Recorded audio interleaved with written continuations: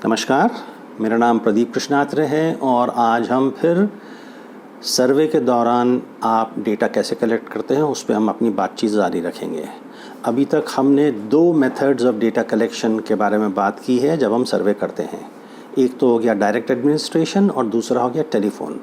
आज हम तीसरा और कलम आखिरी विषय पर बात करेंगे इस एरिया की। तो तीसरा जो मेथड है वो है मेल। कहने का मतलब ये कि आप किसी को मेल से, चाहे वो आप ईमेल से भेज दो अपनी प्रश्नावली या उसको आप पोस्ट ऑफिस में जाके पोस्ट करवा दो, तो वो भी एक तरीका है और ये भी काफ़ी पुराना तरीका है। हिंदुस्तान में थोड़ा कम इस्तेमाल होता है, बाहर को ज़्यादा इस्तेमाल होता है। और इसका कम इस्तेमाल होने का कारण ये है कि इसमें रेस्पोंडेंट को आप भेजते हो, रेस्पोंडेंट को पूरी फुर्सत निकालनी चाहिए उसको प्रश्नावली को भरने के लिए, और फिर आपको वो प्रश्नावली वापस भेजनी चाहिए। तो इतना समय जो है रेस्पोंडेंट नहीं निकालता है। इसके लिए इसमें आपका 5-10% ही आपके पास प्रश्नावली ठीक ठाक ढंग से भरी हुई आपके पास लौट के आती हैं। कहने का मतलब ये कि जब आपने 100 प्रश्नावली भेजी हैं तो उसमें से 5 या 10%, कभी आप बहुत लकी हो गए तो 12-15% आ जाती है। तो आपका जो रिस्पॉन्स रेट है जिसके बारे में बात करने वाले हैं बहुत कम होता है। तो ये बात जाननी चाहिए। किसी विशेष स्थितियों के बीच संदर्भ में आपको मेल द्वारा अपनी प्रश्नावली भिजवानी चाहिए रेस्पोंडेंट के पास। इसमें कुछ शर्तें होती हैं। एक तो कि आपको रेस्पोंडेंट का पूरा पता हो। अगर शहर में तो बहुत आसान काम है, मगर आप किसी ज़िले में या ज़िले के अंदर किसी ब्लॉक में या गांव में भेज रहे हो तो उसका पूरा पता होना चाहिए आपके पास। फिर वो आपकी प्रश्नावली को पूरी तरह से उसको डिलीवर करना चाहिए। समय आदमी को फुर्सत मिलनी चाहिए वो प्रश्नावली भरवाने की, और फिर उसके भर के उसको वापस जाके पोस्ट ऑफिस में जाके उसको वो जमा करना पड़ता है। तो इसमें थोड़ा कष्ट, थोड़ी तकलीफ़, उसकी थोड़ी शारीरिक मेहनत लगती है रेस्पोंडेंट की। और रेस्पोंडेंट ये अतिरिक्त कष्ट क्यों उठाए, किसके लिए उठाए, उसका क्या फ़ायदा है इसमें करने के लिए, इसके लिए आपको इसका जवाब जो है प्राय कम आता है। इसमें सबसे पहले बात आप समझ जाएं, आप जब प्रश्नावली भेजते हैं तो उसको फोल्ड ना करें, उसको बड़े से एनवलप में आप डाल के 2-4 पन्ने जितने भी होती है भर दें। उसके अंदर एक लिफाफा और रखें और उस लिफाफे में जो अंदर रखते हैं आप उसमें अपने ऑफिस का पता लिख दें या अपने घर का पता लिख दें, जैसे कि जो प्रश्नावली जब रेस्पोंडेंट भरेगा उसको वापस भेजेगा तो उस लिफाफे में डाल के भेज सके। और उस लिफाफे को आपको स्टैम्प करना चाहिए। इसका मतलब कि वो जब भेजता है पोस्ट ऑफिस से अपने जवाब, रेस्पोंडेंट भेजता है भर के पूरी प्रश्नावली, तो उसको अपने तरफ से कुछ पैसा नहीं लगना चाहिए। वो पैसा क्यों लगाएगा भाई? तो आपको जो है स्टैम्प लगा के उसको वापस फिर भेजना चाहिए। तो इसमें थोड़ा खर्चा भी होता है, हालांकि इसमें ज़्यादा खर्चा होता नहीं है, मगर ये पूरी बात है क्योंकि आप भेजते रहोगे।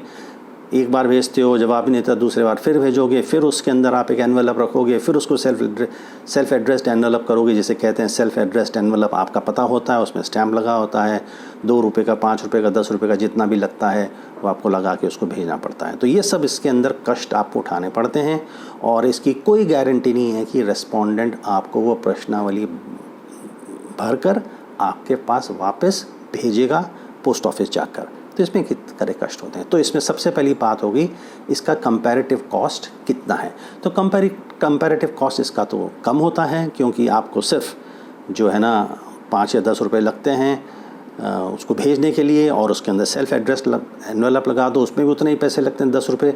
तो 20 रुपये में आपको एक प्रश्नावली भरकर वापस सारी एक व्यक्ति से, अगर आप 200, 400, 500 से कराते हो तो 500 से कराते हो तो आपको करीब 500 × 20 रुपीज़ करना पड़ता है। तो इसका मतलब लगभग आपको 1000 रुपया भर के उसको लगाना पड़ता है। 1000 रुपये में आप जो है 500 लोगों से अपेक्षा करते हो कि 500 लोग आपको प्रश्नावली भर के भेज देंगे।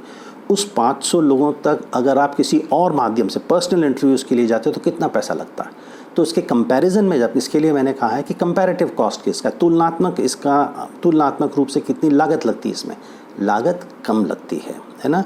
तो दूसरी बात इसकी ये है कि इस तरह से प्रश्नावली जब आप भरवाते हैं, मेल से प्रश्नावली भरवाते हैं, तो इसमें क्या किसी तरह की फैसिलिटी चाहिए? नहीं, किसी तरह की आपको इसमें फैसिलिटी की ज़रूरत नहीं पड़ती है, क्योंकि आप भेज रहे हैं, रेस्पोंडेंट अपने घर में बैठा है, अपने ऑफिस में बैठा है, कहीं भी बैठा है, उसको भर के भेज रहा है। तो किसी तरह की फैसिलिटी की ज़रूरत नहीं है। तीसरी, इसमें क्या रिक्वायर्ड ट्रेनिंग है? तो इसमें किसी तरह की ट्रेनिंग भी रिक्वायरमेंट की ज़रूरत नहीं है, क्योंकि इसमें इंटरव्यूअर ही नहीं है। डायरेक्ट एडमिनिस्ट्रेशन में इंटरव्यू है, टेलीफोन में इंटरव्यू है, इंटरव्यूअर है, मगर जब आप मेल से प्रश्नावली भेजते हैं तो भाई तो उसमें सब अपने आप से पूरा स्पष्ट आपको करके भेजना चाहिए, क्योंकि इंटरव्यू तो बातचीत नहीं करता है, कोई किसी से बातचीत नहीं करता है। रेस्पोंडेंट अपने आप ही प्रश्न को पढ़ता है, पढ़ना उसको आना चाहिए, और फिर उसको समझता है अपनी तरह से, और फिर भरता है और उसको फिर मेल करता है आपके पास वापस। तो इसमें किसी इंटरव्यूअर की ज़रूरत नहीं है, इसके लिए इसको इंटरव्यूअर ट्रेनिंग की भी आपको इसमें आवश्यकता नहीं पड़ती है। इसमें फिर चौथी चीज़ क्या है कि डेटा कलेक्शन टाइम। अब इसमें डेटा कलेक्शन टाइम जो है इसमें काफ़ी लगता है, क्योंकि आप इसको भेजोगे, पता नहीं कहाँ कहाँ भेजोगे, कितने ज़िलों में भेजोगे, कितने शहरों में भेजोगे, कितने स्टेट्स में भेजोगे, ये तो आपका स्कोप ऑफ स्टडी क्या है उस पर डिपेंड करता है। खैर फिर भी इसमें समय ज़्यादा लगता है, क्योंकि अगर वो उसको जाती है 2-3 दिन तो कम से कम उसको पहुंचने में लगेगी अपना प्रश्नावली। फिर ज़रूरी नहीं कि जो रेस्पोंडेंट है वो तुरंत एकदम से भर दे और आपको उसी दिन वापस कर दे, वो भी 2-3-4 दिन लेता है।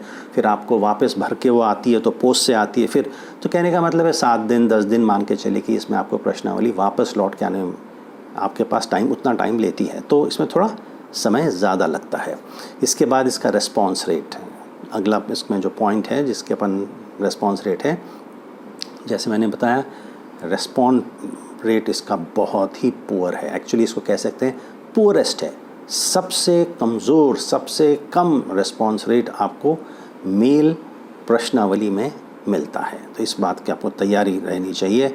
अगर आपको 500 लोगों से बात करना है तो आपको लिस्ट जो है कम से कम वो, अब देखिए ना 5 या 10% मान के चलिए, तो 50 लोग वापस भर के भेज रहे हैं, तो फिर आपको और लंबी लिस्ट होनी चाहिए। 500 के बजाय आपकी लिस्ट इतनी लंबी हो कि फिर आप 500 लोगों की प्रश्नावली 500 रेस्पोंडेंट उसको भर के भेज सकें। तो इसमें रेस्पॉन्स रेट इसका बहुत कम होता है। दूसरी बात इसमें क्या ग्रुप एडमिनिस्ट्रेशन पॉसिबल है? ग्रुप एडमिनिस्ट्रेशन इसमें पॉसिबल नहीं है, क्योंकि ये तो भाई रेस्पोंडेंट अपनी अपनी जगह भर के भेजता है। आप इसको उनको आप कह भी नहीं सकते हो कि भाई 4-5 लोग भर के साथ बैठ के लिखो, और आप चाहते हो भी नहीं हो कि एक दूसरे से कंसल्ट करके कोई प्रश्नावली भरे। तो इसमें जो ग्रुप एडमिनिस्ट्रेशन सिर्फ डायरेक्ट एडमिनिस्ट्रेशन में पॉसिबल है, ना टेलीफोन में पॉसिबल है और ना मेल में पॉसिबल है। तो इस बात का अपन को ध्यान रखना चाहिए। अब क्या रैंडम सैम्पलिंग इसमें पॉसिबल है? हाँ, रैंडम सैम्पलिंग इसमें पॉसिबल है, क्योंकि आपके पास अगर सूची है तो आपको किस किस को भेजना है ये आप तय कर सकते हो। उनके पते होने चाहिए, हो सका तो शायद उनका टेलीफ़ोन नंबर भी होना चाहिए, आप फॉलोअप कर सकें उनसे, उनको फ़ोन करके बोल दें कि भाई हमने भेजा है, आपके पास 2-3 दिन में आ सकती है प्रश्नावली, और आपसे निवेदन करते हैं कि इसको वापस करके भेज दो।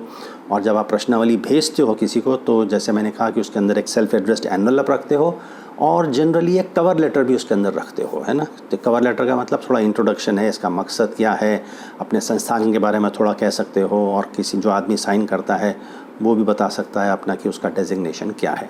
तो इसमें कवर लेटर भी इसके साथ भेजना बहुत ज़रूरी होता है। एक तरह की आप उससे तो संबंध बनाने की कोशिश कर रही हो, क्योंकि प्रश्नावली तो अपने आप में बड़ी रूखी सूखी सी होती है, मगर उसको अपना इंट्रोडक्शन देना बहुत ज़रूरी होता है। इससे 1 पेज या उससे कम का आपको लेटर ऑफ इंट्रोडक्शन या कवर लेटर या कवरिंग लेटर जैसे कहते हैं वो जनरली साथ में भेजा जाता है। अच्छा सलीके की बात है, इसको करना चाहिए आपको।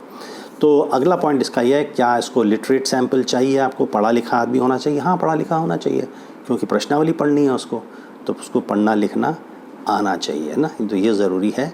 और कभी कभी ये बाध्यता भी हो जाती है, क्योंकि कुछ लोग जो हैं, अगर आप किन्हीं महिलाओं को भेज रहे हैं जो 40-50-60 साल की हैं, आप किसी जेरेंटोलॉजी के किसी विषय पे काम कर रहे हैं, जो बूढ़े लोगों से पता लगाना चाहते हैं भाई कि आज आपकी स्थिति क्या है, 20-30 साल पहले कैसी थी, तो पॉसिबल है अगर आपको मेल से भेजते हैं तो कुछ लोगों को पढ़ना लिखना नहीं आता हो, तो ये भी आपको सुनिश्चित करना चाहिए कि कौन पढ़ सकता है, कौन लिख सकता है, अपने पूरे होशो हवास में है, ये बातें जानकारी इसकी बहुत ज़रूरी होते हैं। तो आपको जो है ना लिटरेट पॉपुलेशन चाहिए। आखिरी के 2 पॉइंट, एक पॉइंट इसका ये है कि क्या इसको फॉलोअप क्वेश्चंस आप पूछ सकते हैं?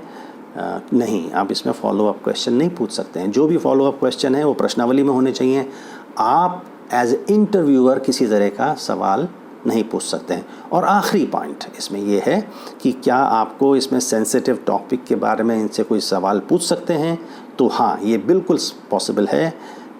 ये एक्चुअली सबसे अच्छा माध्यम है। मेल ही ऐसा सबसे आप कह लीजिए सफल, सक्षम, बेस्ट और सुलभ माध्यम है जिसमें आपको सेंसिटिव सवाल उनसे पूछ सकते हो, रेस्पोंडेंट से पूछ सकते हो। और ये क्यों?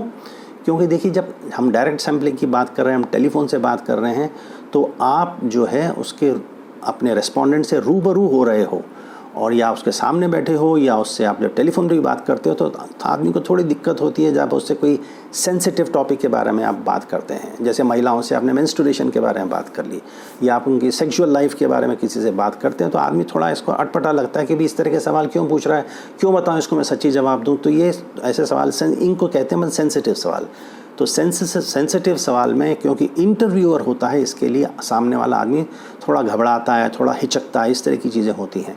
मगर क्योंकि मेल में आप रेस्पोंडेंट के सामने कोई इंटरव्यूअर बैठा हुआ नहीं है, इसलिए जो है ये एक सफल और अच्छा माध्यम माना जाता है सेंसिटिव टॉपिक में सेंसिटिव सवाल पूछने के लिए।